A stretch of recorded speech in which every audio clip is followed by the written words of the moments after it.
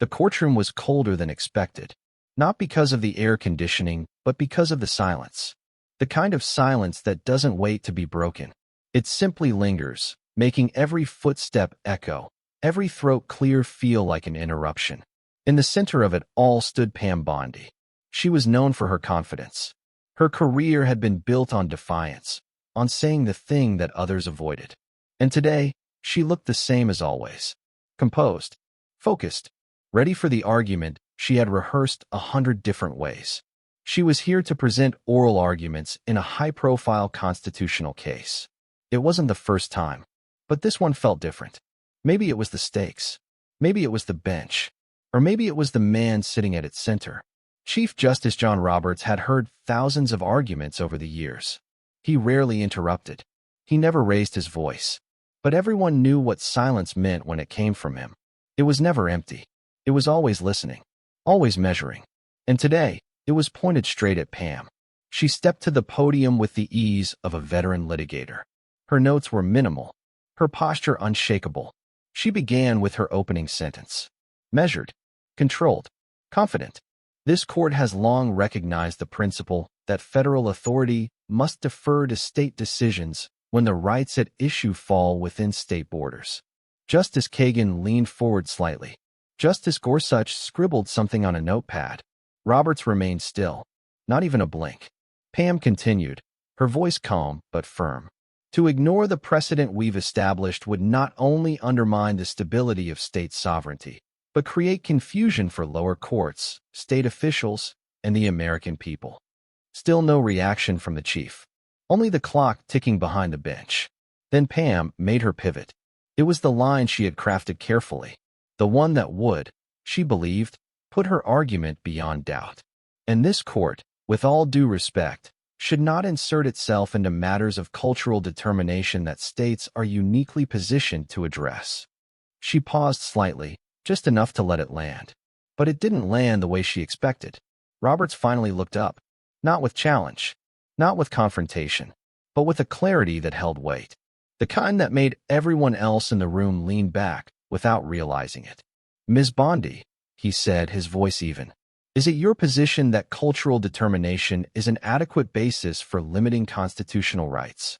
The question was clean, undeniably fair, but wrapped inside it was a blade. Pam didn't flinch. Your Honor, I'm saying that states have an inherent responsibility to reflect the values of their citizens. Roberts blinked once. So you believe that if a majority supports the denial of a fundamental right, the court should refrain from intervention? Pam's voice remained steady. I believe the court should be cautious not to override democratic processes. Justice Sotomayor folded her hands slowly in front of her. Justice Alito glanced toward Roberts, but didn't speak. Roberts didn't change his tone. Ms. Bondi, are you aware of how many times this court has intervened precisely because democratic processes failed to protect individual rights? Pam nodded. Yes, Your Honor. But in those cases, Roberts interrupted, not sharply but precisely. Were the cultural norms of the majority ever the basis for justification? Pam hesitated. It was less than a second, but everyone noticed. In some, perhaps the underlying assumptions. No, Ms. Bondi, Roberts said. Not assumptions. Justifications. Do you believe culture should serve as justification for legal exclusion? The room felt smaller now, more enclosed, not because of anger, but because of the clarity that was being drawn across the marble. Pam adjusted her stance. I believe that cultural context can inform judicial restraint. Roberts nodded once, slowly. Let me ask you something, Ms. Bondi, he said, softer now.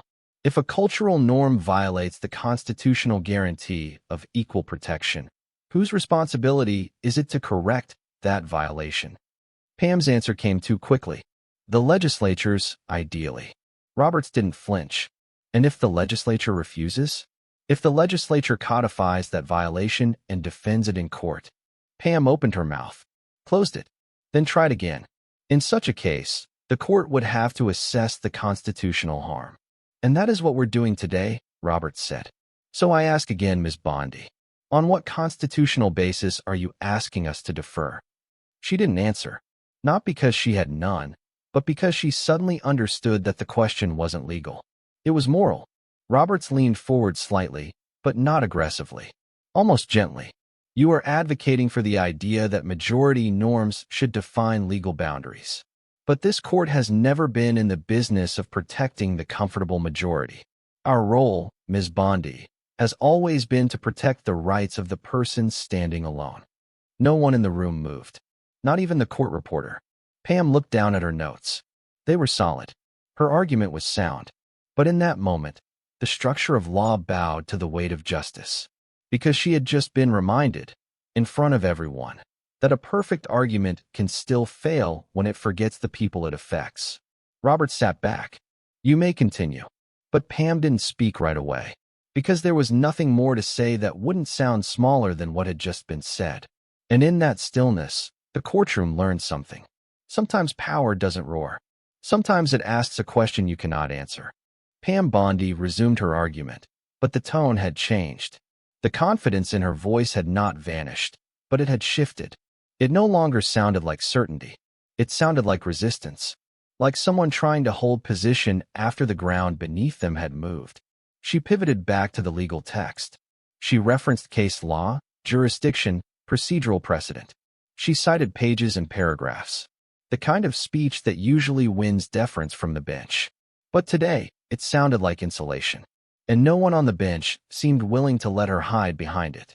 Justice Barrett spoke next. Ms. Bondi, you referenced community values.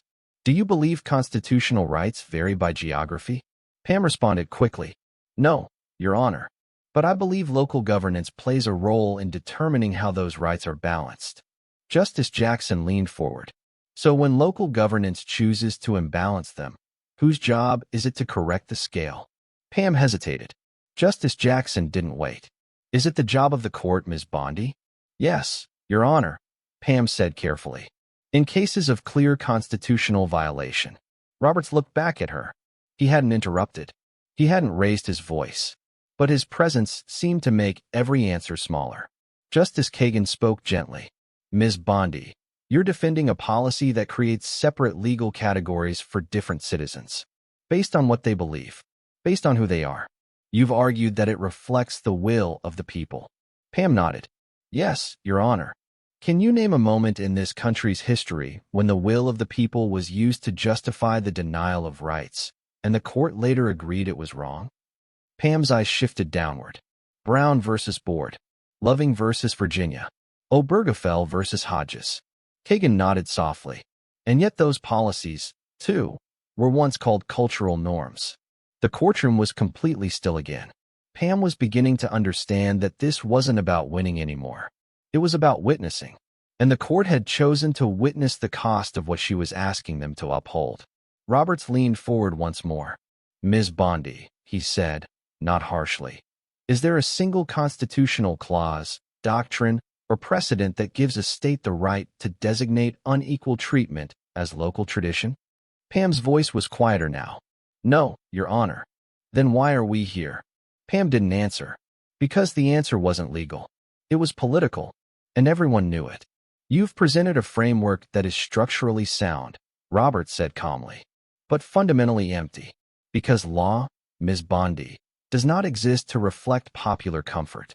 It exists to protect unpopular truth. The courtroom shifted. It wasn't noise. It wasn't movement. But it was something, like gravity bending in a new direction. Roberts folded his hands. I will remind you, he said, not to Pam but to the room, that we do not exist to ratify consensus. We exist to test it. Pam stood straighter. But even she knew this was no longer her argument to win. She had done her job, and the court was about to do theirs. Because there comes a moment in every courtroom when argument ends and judgment begins. And that moment had just arrived. The justices did not look at each other. They didn't need to. The silence had already told them everything they needed to know. And Pam Bondi, still standing at the podium, knew it too. Chief Justice Roberts spoke last. Ms. Bondi, he said, his voice steady. There is a difference between what the law permits and what the Constitution protects. What you are defending may be permitted by vote, but it is not protected by principle. Pam opened her mouth to respond, but nothing came out. It wasn't hesitation. It was clarity, the kind that arrives when the argument has nowhere left to go. Justice Sotomayor leaned in. There is always a temptation, she said softly, to confuse popularity with moral standing. But when that temptation reaches this courtroom, we are required to reject it. Pam nodded slowly, not in agreement, but in recognition, because deep down, even she knew the ruling had already been written. She turned to gather her papers. Her hands were steady, but the silence behind her followed every motion. The gallery had not moved. The press pool had not blinked. And at counsel's table, the opposing attorney remained still, not triumphant, just present. As Pam stepped away from the podium, Chief Justice Roberts spoke once more. "Counsel," he said gently. She paused. "I appreciate your argument, but we do not protect freedom by compromising it." Pam met his eyes, and in that instant, something shifted. Not between them, but within her. Because every lawyer knows the moment when persuasion fails. But not every lawyer faces the moment when the argument itself becomes the evidence against them. She walked back to her seat, and for the first time in her career, Pam Bondi sat down in a courtroom where silence wasn't waiting for her to speak. It was asking her to listen, and what it said was simple. The Constitution does not need applause, only memory, and judgment, and truth.